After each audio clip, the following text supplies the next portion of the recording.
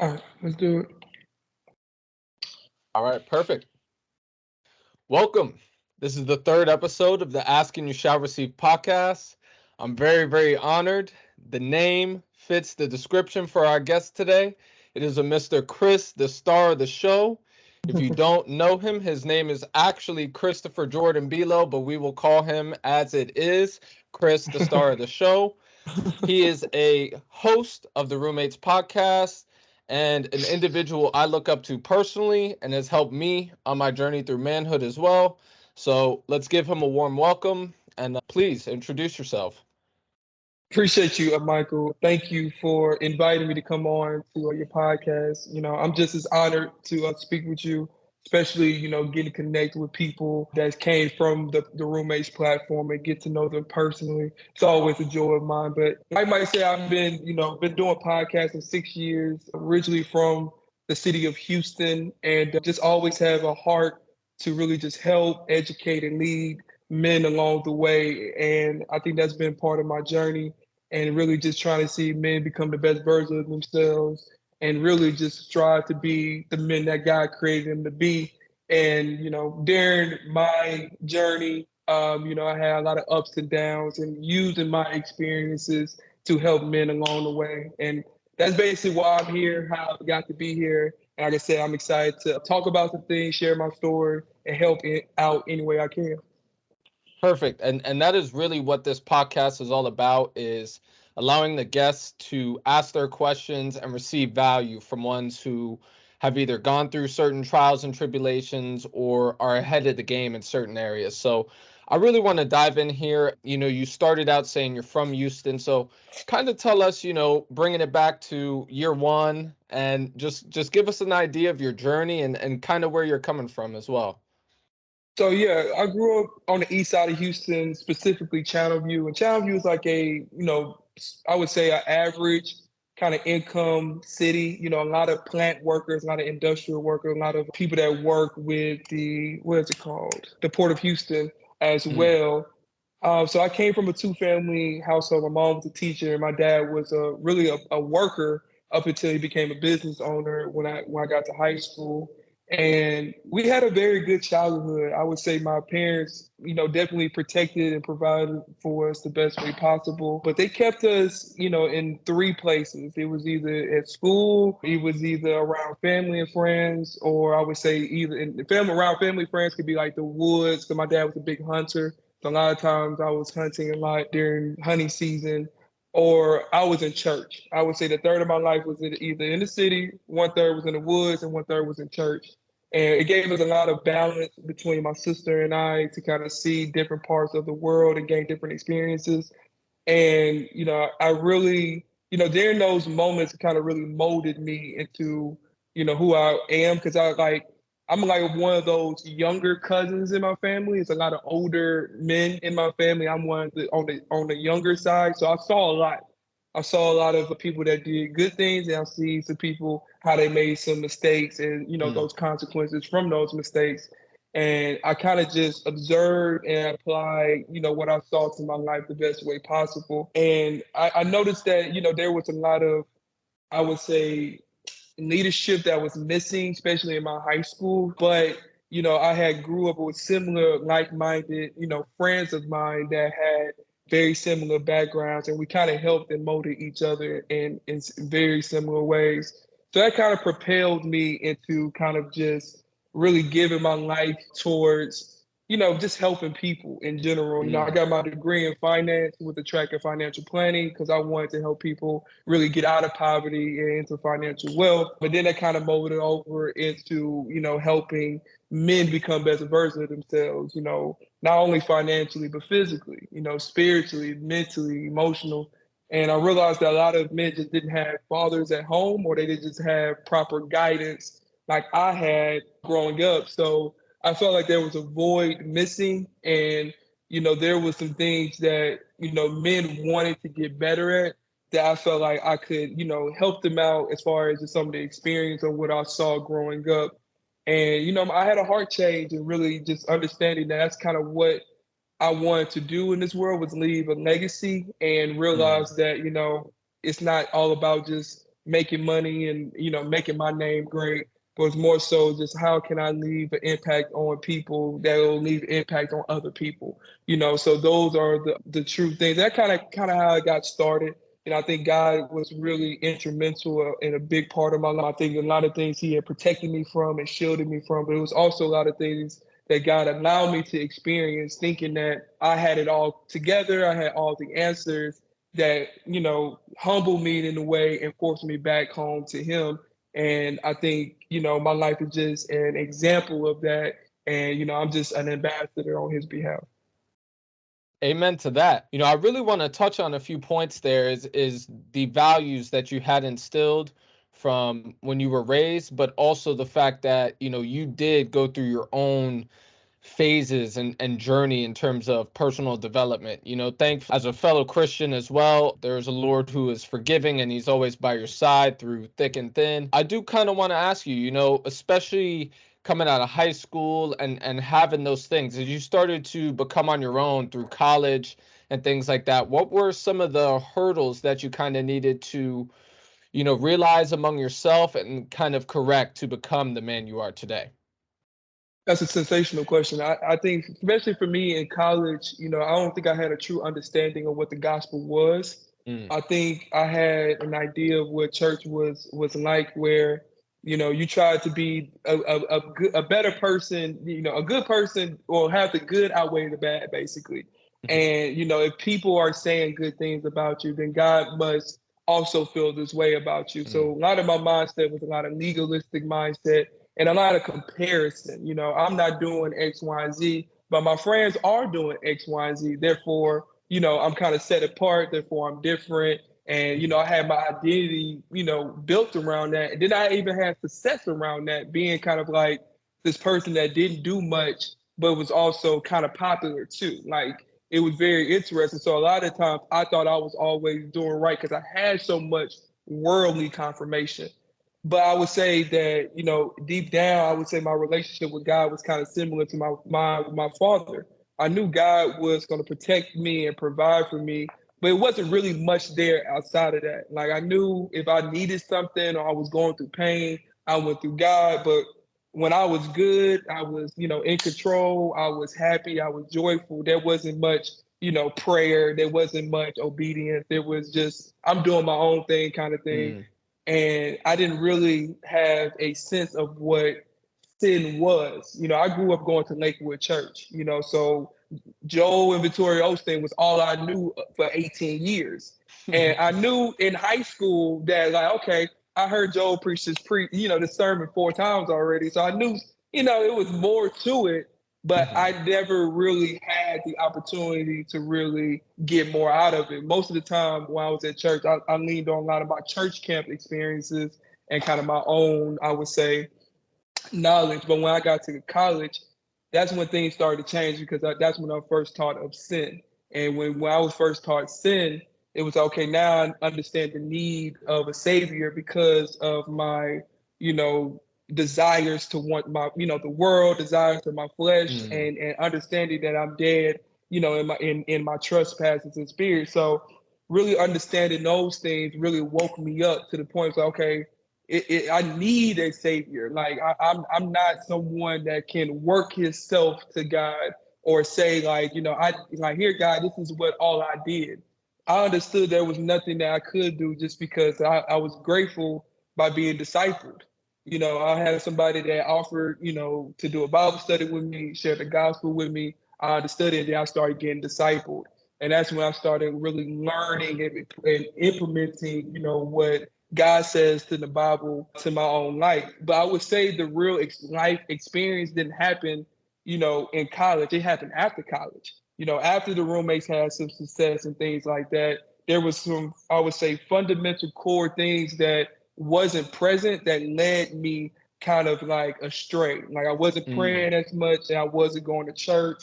I wasn't being discipled, so I didn't have a spiritual leader. I feel like the podcast was so much responsibility and so much weight because I knew we had so many guys listening to us. I did not want to be responsible leading them down the wrong path. So a lot of this stuff, weighed on me really mentally, and a lot of life changes kind of I would say, interrupt my stability and my foundation.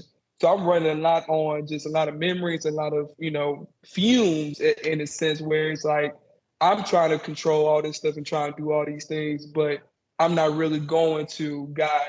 And that's where it was just like, all right, you got to get back down to the basics. But God had to really humble me in a lot of different ways to really see, like, hey, I'm the one that's really in control.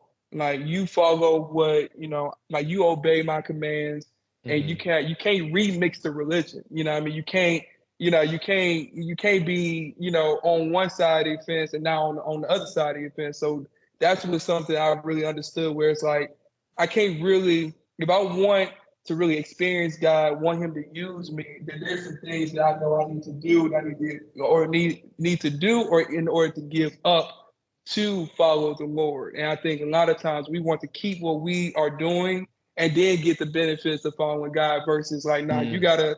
There's some things that you have to sacrifice. There's some things you're gonna have to fight your flesh over. There's some things you're gonna have to address. There's accountability. There's so many things that comes with that in order to really be by God's side. And I think that's what's kind of like the journey. Hopefully that answered the question. Yeah, yeah, definitely. And you really spotted on some key factors and experiences, because you really don't get very far. You can only go so far until you hit that certain point where you need to instill those certain things like self-discipline on yourself. Yes. And this happens a lot for many young men, especially fresh out of high school, where you're either now out of the house of your parents or around those friends that you might have had a good group, but now you're kind of exposed to many other things. So it's really a working process of realizing that I cannot have everything. When I feel these certain things or have these certain urges, because I am a disciple, or because I am trying to follow a God that has been providing for me through these bad times, I need to be able to instill these certain self disciplines and these certain characteristics. And I really appreciate the fact that you also talked about the fact that you had that success. You got the podcast going, everything's going great. And so many guys kind of get that false perspective from culture today, because they think, once you're successful and once you're there, you can kind of just throw away all those disciplines and just, do what everyone else is doing that you see on the platforms of flexing here and flexing there and indulging this and that there. But when you said, really getting back after the success and kind of getting back to the core values and recentering yourself and refocusing yourself, it's really a key thing, because it's really what is not promoted at all by today's world. So what would you say is like a good way for like a young adult, whether they're seeing success or not, what is a good way for them to kind of figure that out when the world is telling them indulge, do this, do that, and embrace everything, and kind of really not hold yourself back? Man, I think for me, what started was really just mindset. And I think, and Hmm. part of it, too, being a follower of Christ, it comes with a lot of ups and downs. I think, the church and society has this, wrong view of, you follow God and you kind of get everything that you want. You get the prosperity, you get the life, you get the wife, you get this, you get all those things. Exactly. And when you actually follow God, it's like, okay, you have to deny yourself. Or hey, you may have to let this go even though you don't want to go. You may have to let this relationship go because now y'all views are not the same. So there's are real trials that come up when you follow God. And this was, to me, was one of those trials. And I think I was fighting the trial, and I think was really just kind of like self accountability. And Hmm. it was easy to blame other people or to blame God or to blame my situation, like, why would God, allow all this stuff to happen just for something to, end or be disrupted or whatever. It's kind of like, I had wasted energy in that kind of space. And ultimately it was not even helping me. I felt like my mental health was getting worse. Emotionally, I was drained. Physically, I was beginning to become overweight. So it was clear and obvious that, I were changing not only on the outward side, but on the inward side, because I wasn't happy where I was at. and it took a LeBron James commercial, like ironically, you know what I mean? Like it was a Super Bowl. It was Super Bowl last year, and LeBron had a Mm-hmm. commercial where he went back and saw his 18-year-old self, and this when he Mm. was 38. So 20 years, he saw his 18-year-old self, and he was 38. So they sitting down in the room, they're talking to each other, and the 18-year-old self is asking 38-year-old LeBron questions like, y'all got an iPhone now, y'all got this, y'all got that. That's crazy. And he's like, what can I do to make sure like I do what I'm supposed to do to be where you're at 38? And Mm. LeBron was just like, you got to just create your own way, go on your own path. It was not necessarily the words that made me, let me go after it. It was more so of like, it was my 10-year high school reunion.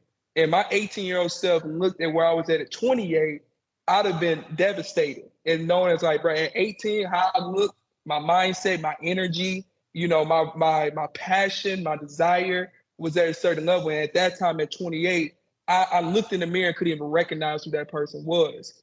And so to me, it was just like, oh no, this must change. And so my mindset has shifted where it's like, you know, when I'm, 38, it's like what do I want to look like or what do I want to represent?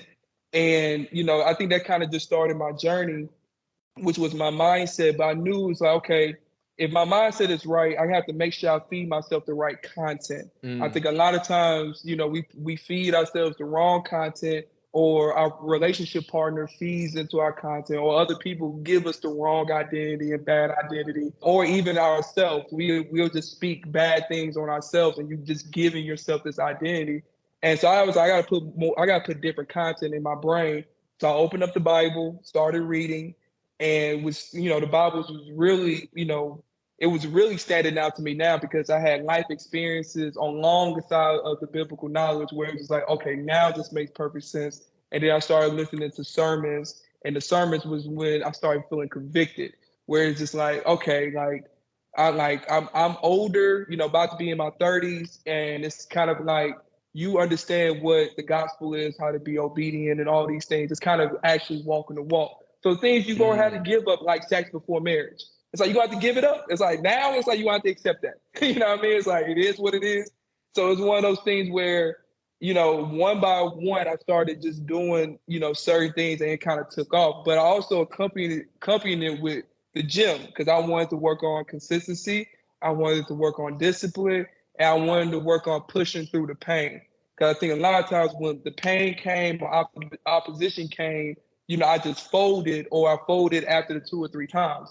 But the gym taught me to push past the pain, to fall in love with the pain, because you can stay steadfast through those trials, then you can really and be able to endure those things. And once you be able to endure, now you can share. So that's one of the things that like I knew God wanted me to kind of go down this path because like if there once you come out other side and you're closer to God, now you have a ministry. Now you got a testimony. And to me, that was something I felt like that's what God was calling me to. That's kind of how I got started. And I started going to the gym every single day and just fighting just the pain, fighting, my insecurities, fighting the thoughts, fighting everything, and I'm learning how when things don't go my way, like a girl doesn't message me back or I get bad news on whatever, it's like I can use it as fuel now to burn Mm. out to wherever I'm going. And I think that's for me has been a good adjustment. So when future trials come, because we know future trials going to come, it's like now it's like I kind of pour cement in the foundation where I can have a better response in the future. That's really precise because so many men nowadays they really don't know precisely where to look. So they just kind of really look everywhere. And that Yeah, intake of information when it's not really filtered precisely or, with these godly characteristics and qualities is kind of when they start to drift. And that's where, you start to come across these issues building and building. And like you said, it really does start with mindset because what you're feeding your mind and what you're allowing and surrounding yourself to be, it's all intake. And one way or another, it's going to influence you. So yeah, like you said, just like showing up to the gym every day, there's going to be days you're sore. There's going to be days you're tired. There's going to be days you just don't want to go. But guess what? You got Facts. to go. And I really Yep. think that's almost the mirror image to the same thing with how you should treat your mindset. Mm. There's going to be things that you want to do, but you can't. There's going to be things that you need to read that you might not be used to reading, but you might have to start getting used to them and developing that. You did kind of brush over, beliefs. Were there any like common limiting beliefs you see among like young men? Because many men have limiting beliefs that really limit them to even think they have potential to be something different than where they are, and they kind of just let that allow them to say, oh, I'm just going to be stuck in this, and not even take the initiative to change. So what are some of the like common beliefs Man. you're really seeing? Oh man, I would say self-doubt is one, Mm, or like God can't use them. I think that, you don't know my past, you don't know my heart, you don't know what I've been through or what I did. God can't use me or doesn't want to use, which is, I think it's a huge limiting belief and actually false. We can just look off the life of Paul alone, and we mm-hmm, know that him being a persecutor of the church and killing Christians to really be one of the capital A apostles, and really basically kind of writing down the foundations of the early church in the New Testament that we see today. It's like God can use anybody. So I think that's number one. I also think I would say that the insecurities too. I think sometimes we kind of get in our own way and we doubt God, where like it's kind of like not would say insecurity. It's more of just like fear. It's like I'm afraid to put myself out there and to try and to fail something. And mm, so we try one time or two times and something doesn't happen, or we don't get something that's reciprocated. Then we kind of like, well, isn't meant for me. And I think that's also very, very limiting. And I think also when people say that the Bible is outdated, that it's an old way of living and that it doesn't relate to us today, it's kind of like, especially in the new age, when we're talking about masculinity and relationships and all these things, mm. red pill and all that stuff, it's like most of that stuff came from the Bible. You know what I mean? Like most of that stuff is like, it's really like Bible centered focus that's really just changed up in a different way. It's like, okay, yeah, King, you should focus on yourself, focus on your mission, your purpose. It's like, brother, I could point that out in First Corinthians when they say that. And it's like, yeah, you should not be, guided or led by your parents as a man. You want to, grow out of that and go get your own life, experience your own thing, what you're called to do. Well, yeah, it also says you need to leave your mother and thy father and follow me. That's biblical principle too. So it's like what most of these guys don't understand is what they want, what they desire as masculinity is came from the Bible and it's what Jesus is calling us to do. So I think we have that limited belief because we're just not educated enough, and people just Mm. don't understand that most of the stuff that they're wanting and seeking really come from the Bible. And I think a lot of times, even just listening to my experience, some of those guys that have that consistency down, that self-discipline down, heck, some of them are celibate and don't even practice Christianity. You know what I mean? So most of these people are doing certain things and they just need a slight push to Jesus.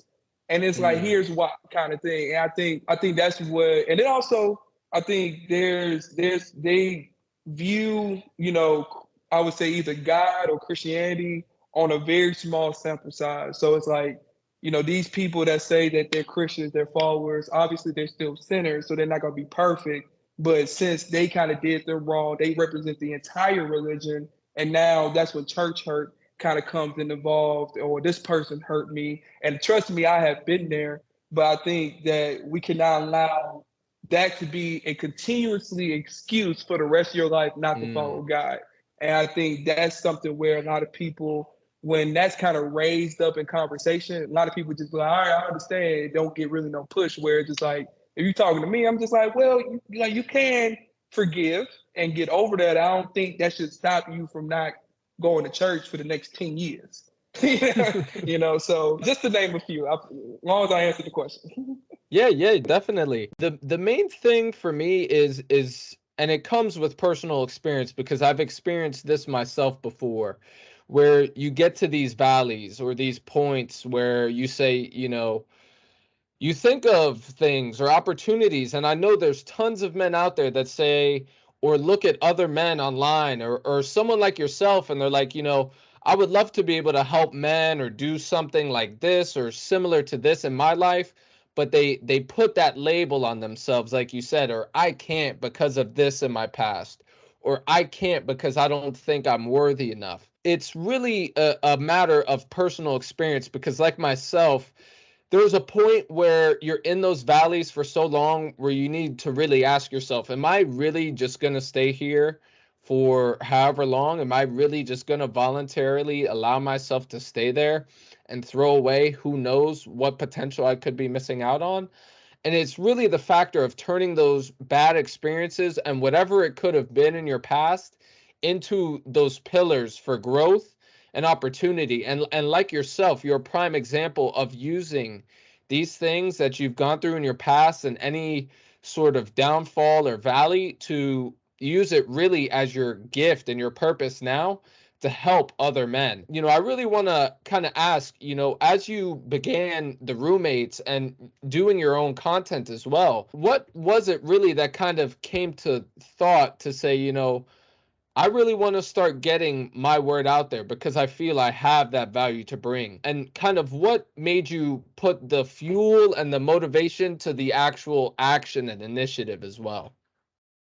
Great question. I think, when we first started the podcast, it was 3 to 4 of us, and we were kind of all having like these late night conversations. And Mm, what we all had in common was we all had a ministry. So like we was all in this campus ministry from either at University of Houston. Some of us was at the same ministry but a different college campus. So when we came to the same house, we knew that we had kind of like Jesus in that ministry. And but before then, I mean, we were all kind of in these discipleship groups. And when you're in these discipleship groups, you express accountability, vulnerability, you confess sin, you kind of talk about what you're struggling through. And we were doing that, at the house. We were all roommates, and we was kind of having these conversations about God, as young men in the world, now going into the workforce as Black men away from college now, trying to be Christians, during the Donald Trump presidency area. So it was a lot going on. So it was like these conversations turned into these super late night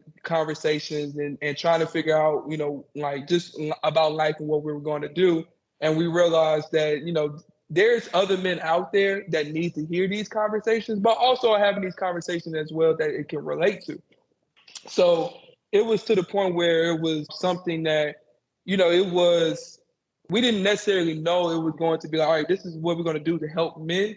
I think it was just like, we're going to get this content out there. Like, these, like, hey, these are some, like, a different way of thinking, different way of conversating.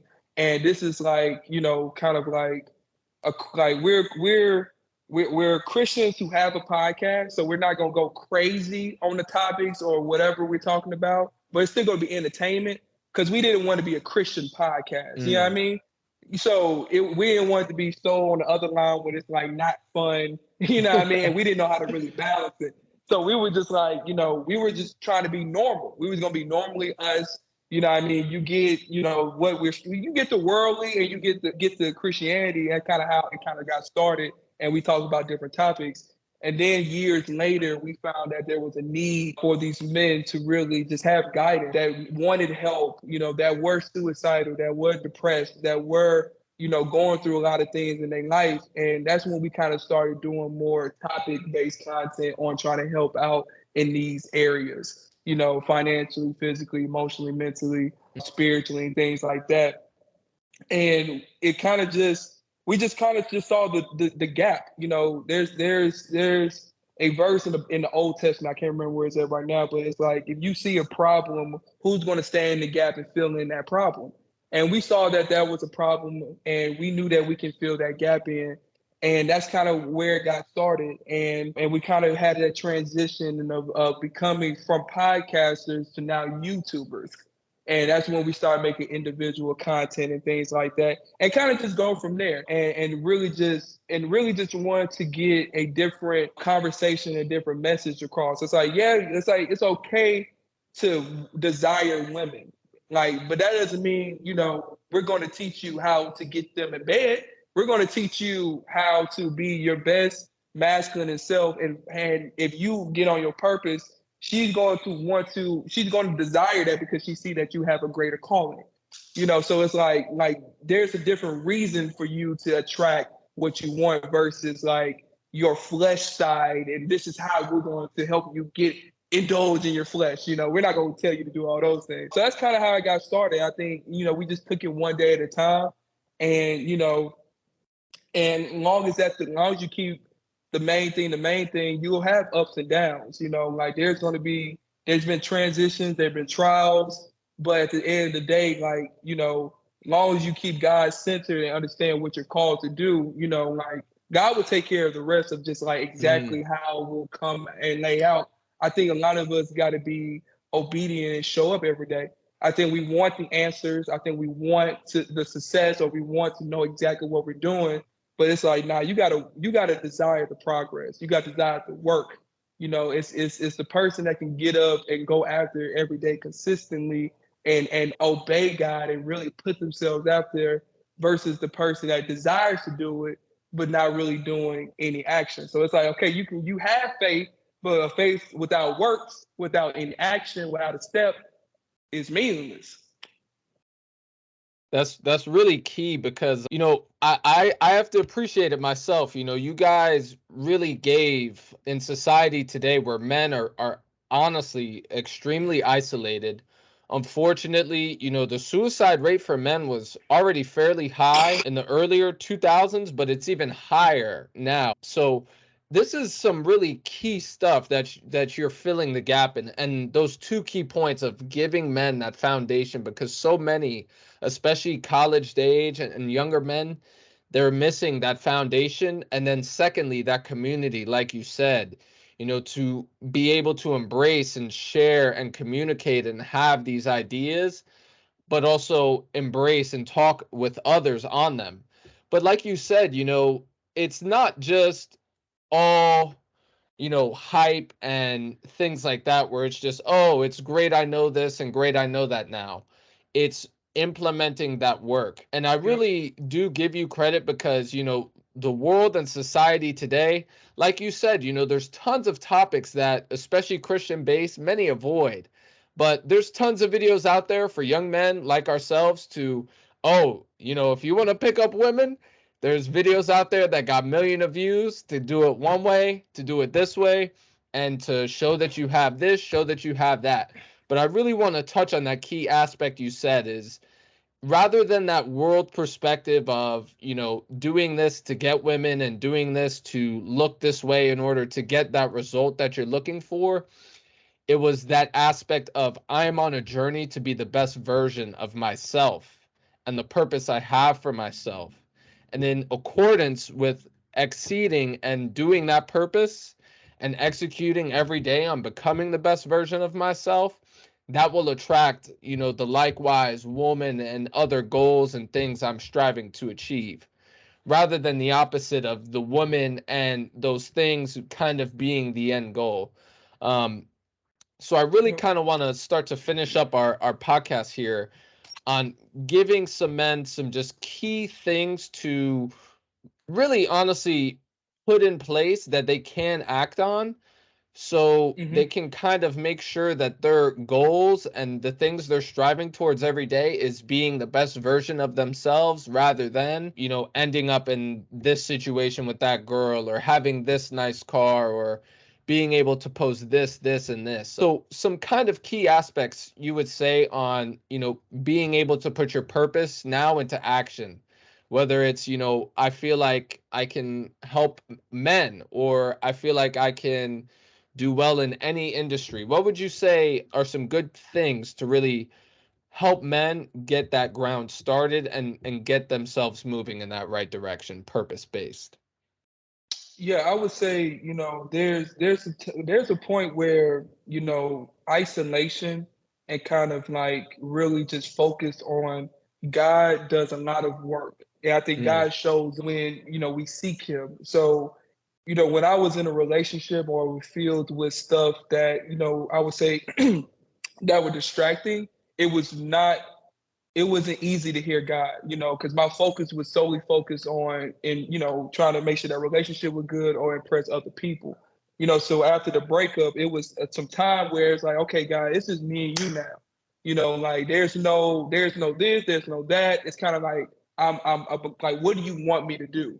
And really seeking after God. So I think the first thing, if you know you're in a relationship that's you shouldn't be in, I would say you have to make that step and get out of that relationship. That's just point blank period. And say if you are in that place where you're single, I would say you have to run out to God. And because that's what happened with me. How I ran out to God was opening the Bible and start listening to sermons. And you can start with any, in the Bible, whatever you want. It could be the book of James, it could be Galatians, it could be a gospel, John, Matthew, Mark, Luke, whatever you want to do. I think that's kind of how I got started, because that's what really kind of formated my purpose calling, where it's just like, okay, you want to help men, and like, but how are you going to do it? And even to this day, it's not necessarily like this is what it is, but I'm obedient in certain things that God is calling me to do today. So it's like, I know I can make those steps. But I would say you have to be able to remove distractions and really honestly hear God and be honest with yourself. And that's part of that is taking accountability. And some people, you might be different than others, but the gym really helped me because it allowed me to burn all the negative stuff out.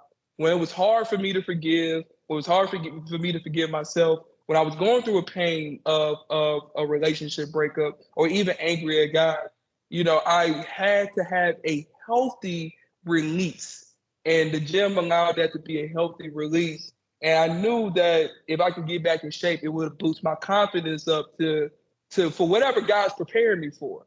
Like I didn't know necessarily what God was preparing me for, but I knew that's all right. If I get back in shape, whatever it is, I'm gonna be more confident in doing it because people can look at me and realize I'm in shape. And I think a part of that was like, if you're gonna go after men, at least for me, I feel like men respect other men when they see that they're in shape, that they can take care of themselves.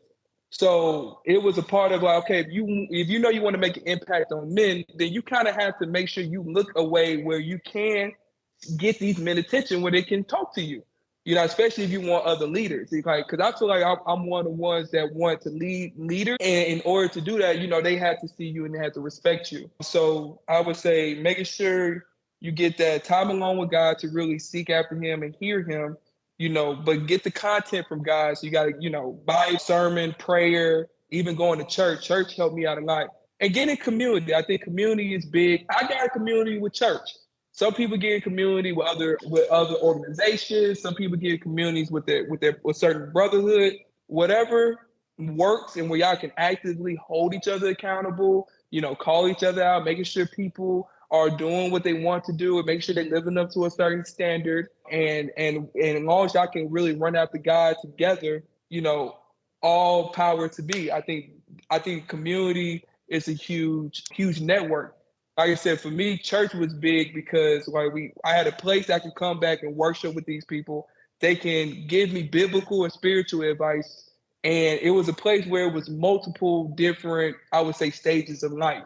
There's older couples, there's couples that have been married 10 years, there's been couples that have been married 5 years, there's single people, there's this business people, entrepreneurs, 9 to 5. Like there's so many different people that your network just expands and you all have a commonality in Christ. So I got plugged in with community there, going to Bible studies and things like that. So I think those are the main things I would say you want to get stepped in, like just really like fall in love with. You want to be able to construct a heroic, holy life. So it's like whatever problem that you see in the world that you want to help out in, that God can come alongside you and use you through Him for that mission, you're gonna be good. And you desire that, you gotta just keep going after God, keep digging, and it's going to come. You gotta keep following Him, keep pursuing, and keep going because you will be used through Him.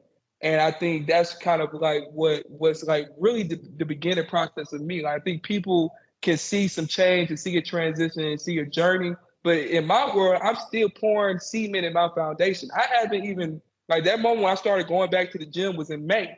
It hasn't even been a year yet, bro. So it's kind of like, the journey is not as quick as people may seem or social media make it seem, but it's just knowing that you're constantly pursuing, like improving and going every single day. So it's like if I can go to the gym every single day, I can read if I can do these things, then it's like I'm making a consistent lifestyle, I'm making a workflow, I'm making a schedule, and now I have all these things in place where it's like, you're right, I'm not really, dependent on a approval from a woman or dependent on money or like it's like I literally have this heroic like purpose that God has placed on me, and that's what's that's what's pushing me, that's what's giving me most satisfaction because I know God is using me in this and have a relationship with Him. Then a girl could come alongside that versus like you find her and then you try to do this, then you try to do that, and now all of a sudden y'all got a dog with a white fence and you ain't doing that.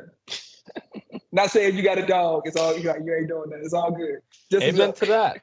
But I really hope people get the value and the structure from this. You talked about some key things of taking in the right content. Bro, that's From the there. huge thing, bro. That's the huge thing because a lot of I think even for men, if you are in a relationship and she's not the best with her words, that can Hmm. give us a real false identity, and we can really feel some type of way, and now we adapted to a person that we don't even recognize. So it's like, Mm. yeah, what information are you getting? What are you feeding yourself? Like, what shows are you watching? What music are you listening to? What people are you listening to? And who's feeding you? Who's like encouraging you or who's putting you down? It's like all those things matter because the moment I remove those people from my life, my identity instantly improved because I'm not hearing just negative, bash, do this, do that. It's like, dang, like this can't be what life is. Like I need some positivity too. Exactly. And that's where it really starts. And I appreciate you really giving this groundwork because this is some key things here of taking that time to reflect on yourself, connecting with God, of course, then, of course, getting that right content and the community as well.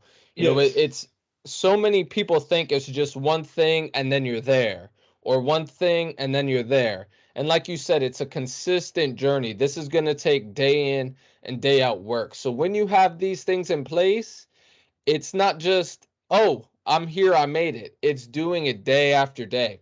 And like you said, when you do get those things, like a woman on your side or things like that, that's going to be a whole nother podcast because Yeah, that yeah, we can do leads it. to Yeah, we can do it. stewardship where you Yes. do get these things and you want to be a steward with those things. So I really appreciate you sharing, and I really am certain that tons of men especially got a lot of value from these words and these topics that we've touched on.